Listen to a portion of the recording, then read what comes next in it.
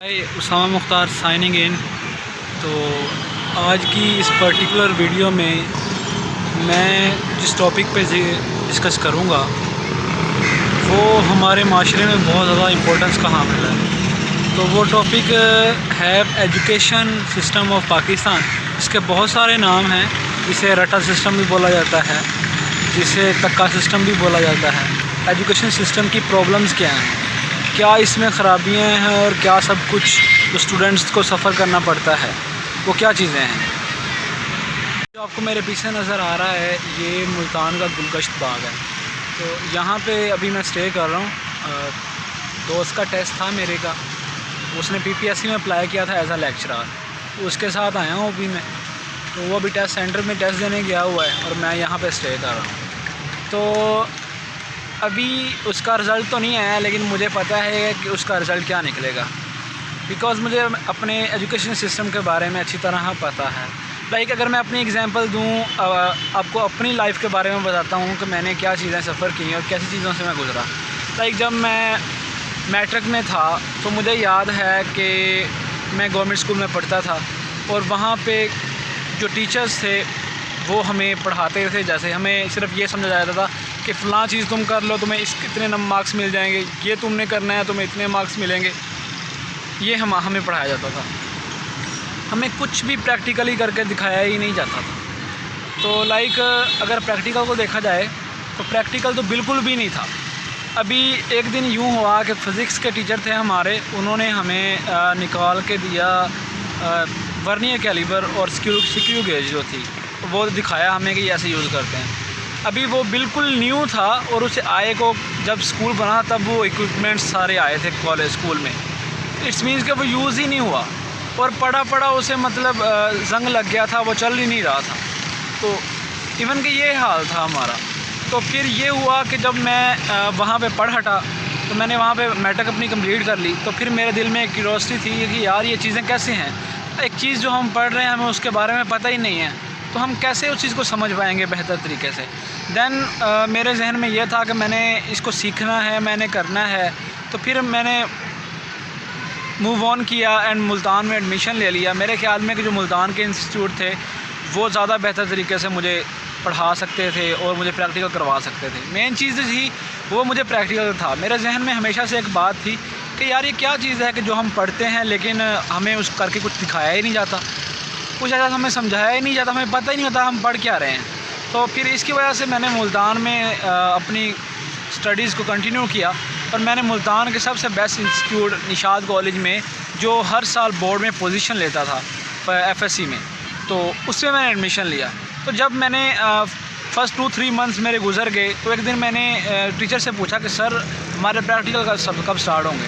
तो उन्होंने आगे से मुझे जवाब दिया कि आपके प्रैक्टिकल 1 माह पहले होंगे, वो भी आपकी एक आधी क्लास हुआ करेगी। अब मैं मुल्तान में आया हूँ तो मुझे वो चीज़ें फिर भी नहीं मिली जो जिसके लिए मैं आया था। तो ये चीज़ें थी, तो इसकी वजह से फिर मैंने अपने सब्जेक्ट चेंज कर लिए। मेरे जहन में ये था कि जो चीज़ आपको समझ नहीं आती तो आपको उसको रटे लगाने का क्या फ़ायदा है। कम से कम आप वो चीज़ पढ़ो जिसके ऊपर आपको ग्रिप हो, आपको समझ हो कि ये चीज़ कैसे हो रही है। दैट्स वाई फिर मैंने FSC नॉन मेडिकल को स्किप कर दिया और मैंने फिर ICS ज्वाइन कर लिया। तो उसमें यह था कि मैं इकनॉमिक्स में पढ़ता था, तो इकनॉमिक्स में मेरी अच्छी ग्रिप थी, मुझे अच्छी समझ आ रही थी कि यार इकनॉमिक्स में ये चीज़ है, ऐसे ये इकनॉमिक सिस्टम ये होता है, वेल्थ ये चीज़ होती है। सारी चीज़ों के बारे में मुझे बहुत ज़्यादा नॉलेज आ गया था। हुआ कि मैंने कंप्यूटर रखी तो मुझे उससे भी प्रॉब्लम थी कि मुझे वो भी सही तरह पढ़ाई नहीं जा रही, उसका भी प्रैक्टिकल नहीं हो रहा था। इवन कि मुझे हर उस चीज़ से प्रॉब्लम थी जो मुझे समझ ही नहीं आ रही थी। लाइक मुझे वो प्रैक्टिकली तौर पर करके दिखाई नहीं जा रही थी कि ये कैसे हो रही है। तो अब हम अगर अपनी एजुकेशन सिस्टम को, पाकिस्तान के एजुकेशन सिस्टम को कंपेयर करें इंडिया के साथ, तो आप देखेंगे कि इंडिया में 5वीं 6ठी क्लास के बच्चे को कंप्यूटर में कोडिंग से पढ़ाई जाती है, कोडिंग पढ़ानी शुरू कर दी जाती है। लेकिन हम क्या करते हैं, हम 10वीं क्लास तक हम यही पढ़ रहे होते हैं कि जी मिर्ज़ा गालिब को आम बड़े पसंद थे। ये एग्जैक्टली हंसने वाली बात नहीं है, ये बड़ी अफसोस वाली बात है कि हम अभी तक भी वही खड़े हैं। हमारा जो एजुकेशन सिस्टम है वो अभी तक आउटडेटेड है, हम तो अभी अपडेटेड की तरफ गए ही नहीं हैं। और फिर हम ख़ुद को कंपेयर करते हैं कि अमेरिका के साथ और ये डेवलप कंट्री के साथ। हम तो अभी उनसे कौन सा दूर हैं, हम तो उनसे अभी 1-2 सदी कहा जाए तो ये भी गलत नहीं होगा कि हम उनसे दूर हैं। उसकी वजह यही है कि हम पढ़ते हैं मार्क्स लेने के लिए, हमें ये फ़र्क नहीं पड़ता कि ये क्यों है, वाई ये चीज़ क्यों है और कैसे है ये चीज़। हमें कुछ सीखने की क्यूरोसिटी नहीं है। कभी मेरे साथ ऐसा इत्तेफाक नहीं हुआ कि मैंने अपने किसी दोस्त को कॉल की हो और उसने मुझसे आगे से मुझे जवाब दिया कि भाई यार मैं लाइब्रेरी में हूँ। कभी ऐसा नहीं हुआ। अगर देखा जाए तो लाइब्रेरीज़ किस लिए बनी है? अगर आप कहेंगे कि ये पाकिस्तान का एजुकेशन सिस्टम बहुत महंगा है, तो there are various scholarship government avail to the students of poor class. बात ये है कि आपका इंटरेस्ट मैटर करता है कि आप क्या करना चाहते हैं अपनी ज़िंदगी के साथ। क्या आप जो आपके पास मिल रहा है आप उसी में खुश हैं या आप कुछ बड़ा अचीव करना चाहते हैं? तो उस बड़े के लिए आपको मुश्किलात भी बड़ी आएंगी, आपको सफ़र भी करना पड़ेगा, आपको हार्ड वर्किंग भी करनी पड़ेगी।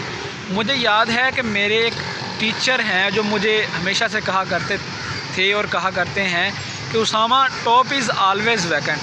तो लगे रहो, कभी ना कभी आप पहुंचोगे उस टॉप पर, क्योंकि जितने भी लोग होते हैं ना, ये जो रश होता है ये दरमियान में होता है या शुरू में होता है। जो टॉप होता है ना वो ऑलवेज़ वैकेंट होता है।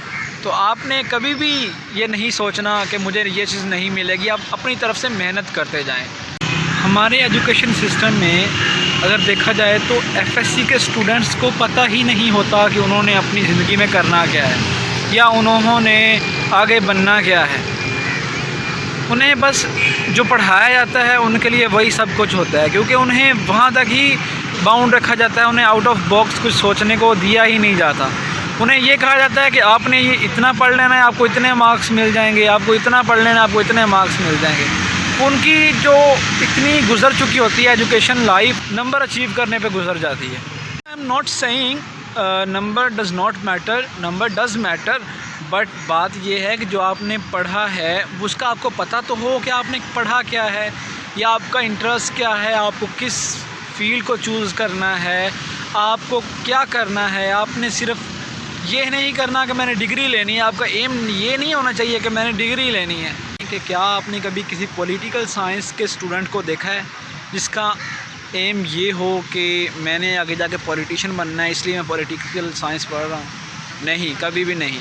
क्योंकि उस पॉलिटिकल साइंस वाले स्टूडेंट को कभी बताया ही नहीं जाता कि आपने ये पढ़ना है और उसके बाद आप पॉलिटिशियन भी बन सकते हैं। जबकि हम देखते हैं पाकिस्तान में पॉलिटिशियन बीए पास वाले जिनको पॉलिटिक्स का पता भी नहीं होता वो पॉलिटिशियन बन जाते हैं। ताकि जो असल हक है वो तो पॉलिटिकल साइंस वाले स्टूडेंट का है। जैसा कि अब पॉलिटिकल साइंस वाले स्टूडेंट ने जिसने 4 साल गुजारे हैं पॉलिटिकल साइंस में, वो उसे अच्छी तरह स्टेट और गवर्नमेंट को जानता है या एक बीए पास वाला जिसे खुद कुछ चीज़ का पता नहीं है वो जानता है। जैसा कि हम पॉलिटिकल साइंस की डेफिनेशन को देखते हैं, political science is the study of state and government. So आप 4 साल इसी चीज़ को पढ़ते हैं कि हम स्टेट क्या चीज़ है, गवर्नमेंट क्या चीज़ है, हम कैसे पास एनालिसिस को यूज़ कर सकते हैं, या कंपैरेटिव पॉलिटिक्स क्या चीज़ है, ये सारी चीज़ें। तो ये चीज़ें हमें कभी भी नहीं बताई जाती। अभी रिसेंटली पीपीएससी ने अनाउंस की थी लेक्चररशिप के लिए वैकेंसीज़, उस पर कुछ लाखों स्टूडेंट्स ने अप्लाई किया, वेरियस सब्जेक्ट्स की वैकेंसीज़ थी। तो अब टेस्ट काफ़ियों का कंडक्ट हो चुका है और कुछ का हो रहा है अभी। तो अगर हम उनके रिज़ल्ट्स को देखें जिनका रिज़ल्ट आ चुका है, तो हमें ये वाज़िया चीज़ नज़र आती है कि अप्लाई करने वालों की तादाद बहुत ज़्यादा थी और वैकेंसीज़ 90 थी सपोज़। उस 90 में भी हमें कुछ सीट्स वैकेंट मिली।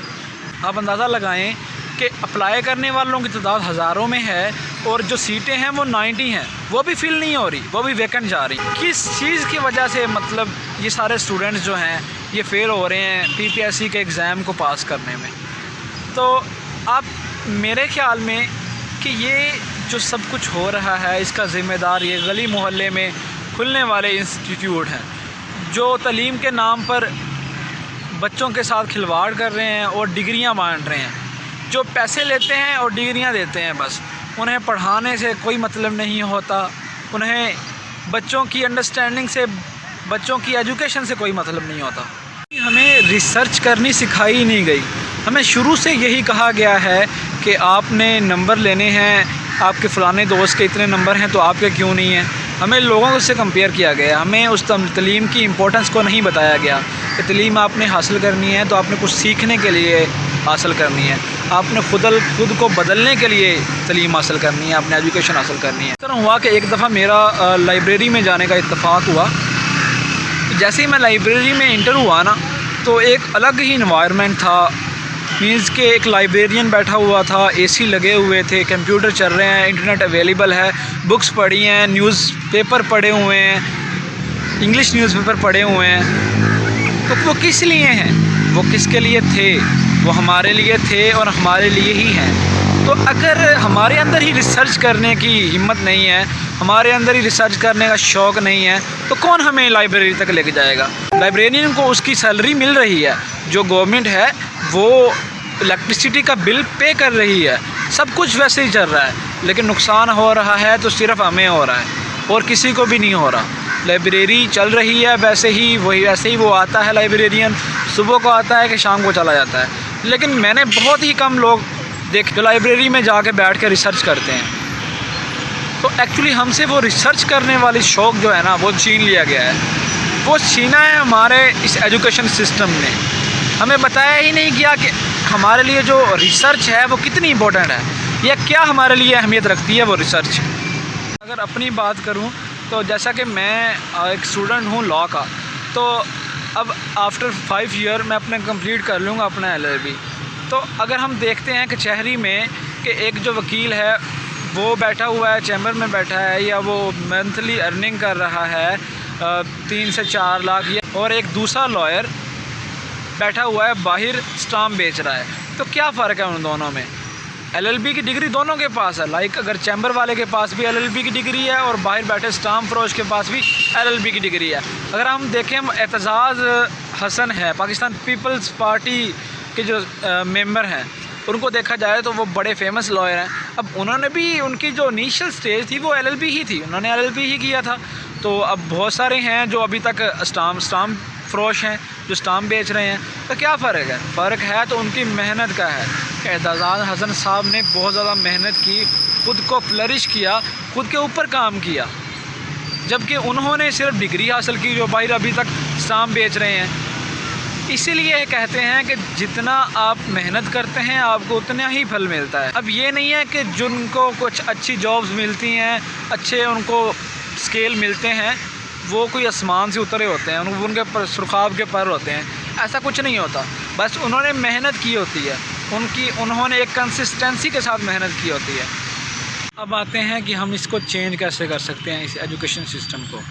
इसको चेंज करने के लिए हमें बहुत सारा टाइम चाहिए। अभी फ़िलहाल को देखा जाए, अगर मैं प्रैग्मेटिकली बात करूं तो अभी बहुत सारा टाइम चाहिए और बहुत सारी वेरियस पॉलिसीज़ चाहिए हमें अब एजुकेशन सिस्टम में, जो टोटली चेंज कर दे इसको अपग्रेड करने के लिए।